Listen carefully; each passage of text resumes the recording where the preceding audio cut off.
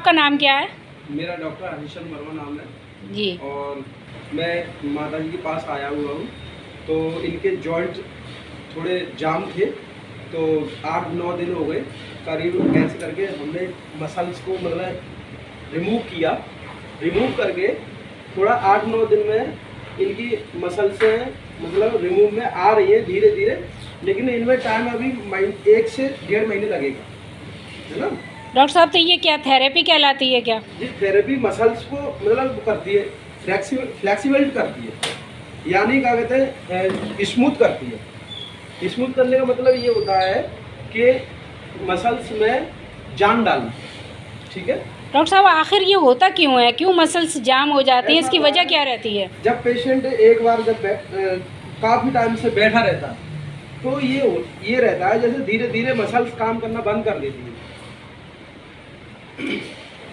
उससे जॉइंट जो है इफेक्टेड होते हैं क्या? हाँ, जॉइंटों में हमारा क्या होता है, गैपिंग जो होती है, गैपिंग खत्म हो जाती है। इस वजह से जॉइंट नहीं चल पाते हैं। ना चलने के कारण ये पेशेंट पेन में आ जाता है। दूसरी बात, बैक पेन दर्द होने लगता है और जॉइंट जाम हो जाते हैं।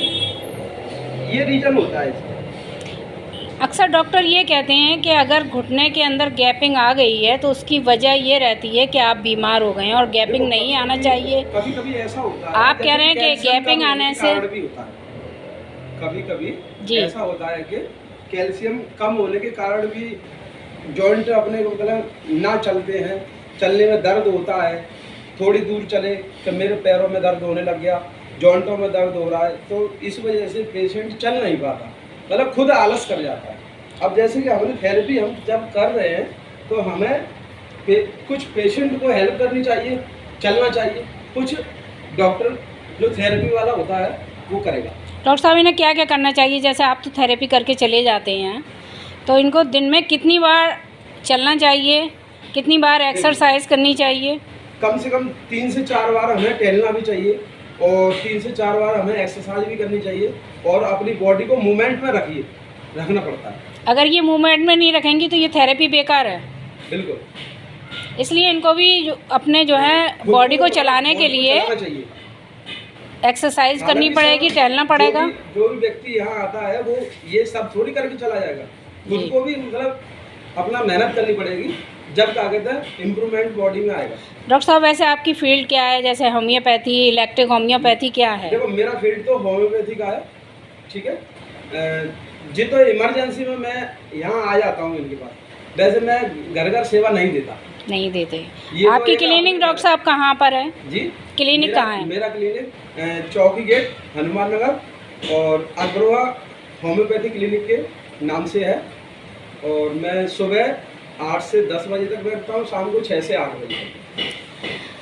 तो ये थे डॉक्टर साहब, मैं कहूँगी उन लोगों से, उन मरीज़ों से जिनको चलने में दिक्कत है, जिनके जॉइंट वगैरह बिल्कुल जाम हो चुके हैं, तो डॉक्टर साहब के पास जाइए। डॉक्टर साहब थेरेपी के अलावा होम्योपैथिक, इलेक्ट्रिक होम्योपैथिक दवा भी देती हैं, जिससे मरीज़ को बहुत ज़्यादा फ़ायदा होता है। इधर उधर बहुत से मरीज़ हैं जो भटक रहे हैं, उनको ये नहीं मालूम कि हमें सही डॉक्टर के पास कहाँ जाना चाहिए। तो ऐसे में डॉक्टर साहब जो हैं कई पेशेंट को ठीक कर चुके हैं। और मैंने ये जो पेशेंट आप देख रहे हैं इनसे भी पूछा तो उन्होंने बताया कि पहले के मुकाबले में हमारी बॉडी के अंदर, हमारी टांगों में बहुत लचीलापन आया है।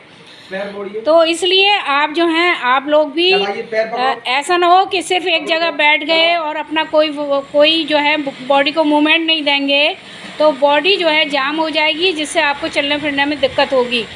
तो इसलिए सिर्फ डॉक्टर पे ही डिपेंड ना रहें या थेरेपी पे ही डिपेंड ना रहें, आपको भी अपना काम खुद करना पड़ेगा। उसके लिए आपको सुबह उठकर टहलना भी है, योगा भी करना है, जैसे कि डॉक्टर साहब ने बताया है। तो ये इस तरह से आप करिए, तो आपके जाम जो हो रहे हैं घुटने या पैर चलने में आगे बढ़ नहीं रहे हैं, तो उससे आपको निजात मिलेगी और आप एक अच्छी ज़िंदगी जी सकेंगे। धन्यवाद। तो मैं थी तासीर